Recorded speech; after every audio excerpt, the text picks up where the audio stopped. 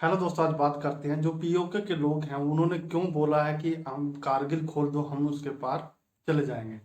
तो आपको बताते हैं पीओके जो कि पाक ऑक्युपाइड कश्मीर है, जो कि पाकिस्तान के कब्जे में है।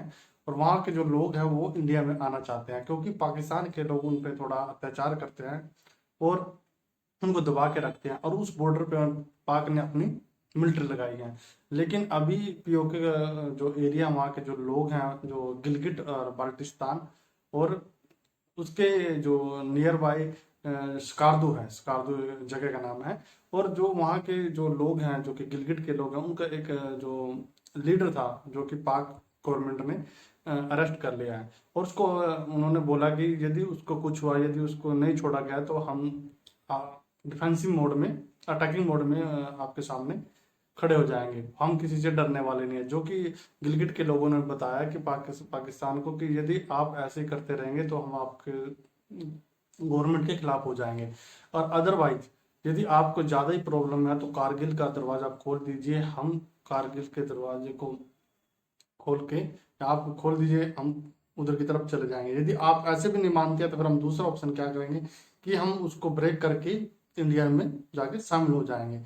तो ये अब की बार जो इंडिया के लिए एक अच्छी न्यूज भी है, क्योंकि पीओके के लोग अपने आप ही जो इंटरनेशनल जो दबाव बनेगा अब ऑटोमेटिकली पाकिस्तान के ऊपर बन जाएगा, क्योंकि पीओके के लोग खुद ही उन्होंने अनाउंस कर दिया है कि हम ना किसी से डरने वाले, ना किसी के आगे झुकने वाले हैं।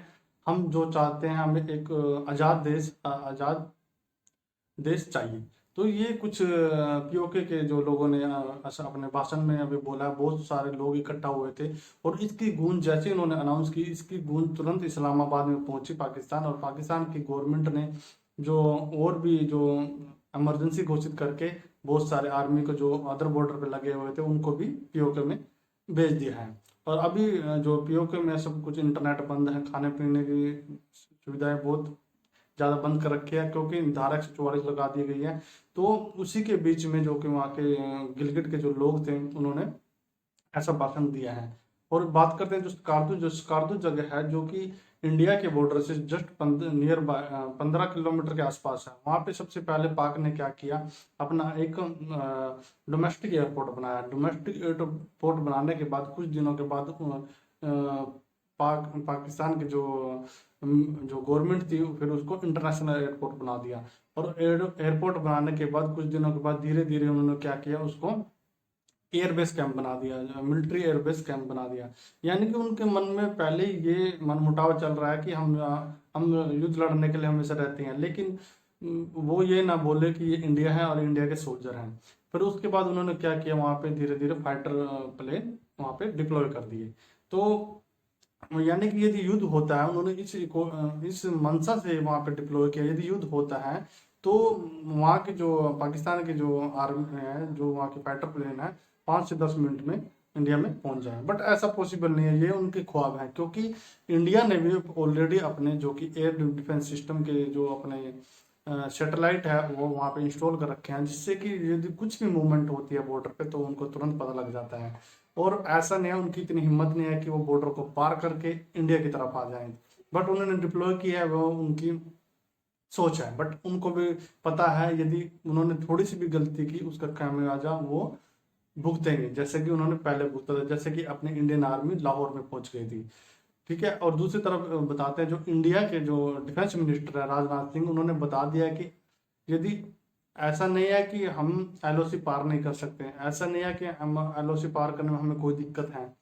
जब चाहे, जब हमारा मन चाहेगा हम एलओसी पार कर सकते हैं। यदि तुमने हमारी इंडियन आर्मी को गलती से छेड़ा, अब की बार एलओसी पार होके रहेगा। ये हमने पहले ही अनाउंस कर दिया है, इसको हल्के में नहीं ले, हल्के में ना ले। और इसको अपना अपना एक चेतावनी समझे। क्योंकि अब जो पहले वाली जो गवर्नमेंट थी वो ऐसी गवर्नमेंट नहीं है, अब की गवर्नमेंट अलग है, डिसीजन पावर है उनके पास, अटैकिंग मोड वाली सरकार है।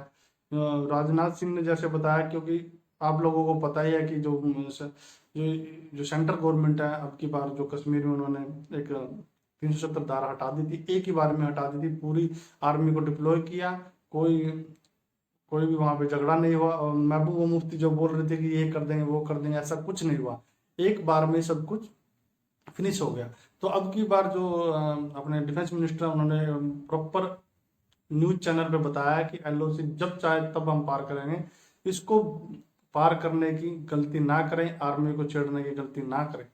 तो जो ये जो जैसे कि जो जैसे कि गिलगिट के लोग जो अनाउंस कर रहे हैं कि हम कारगिल पार करके उधर चले जाएंगे, ये इंडिया के लिए भी एक अच्छी बात है। अब इंडिया जब चाहे उनको अपने साथ आसानी से मिला सकते हैं। थोड़ा सा भी यदि ऊंच नीच होती है तो इंडिया तुरंत उसका जो कि पीओके के एरिया को तुरंत अपने इंडिया में मिला लेगा। तो ये था एक लेटेस्ट अपडेट, और जल्दी आपको नया वीडियो के साथ आएंगे, तब तक के लिए जय हिंद।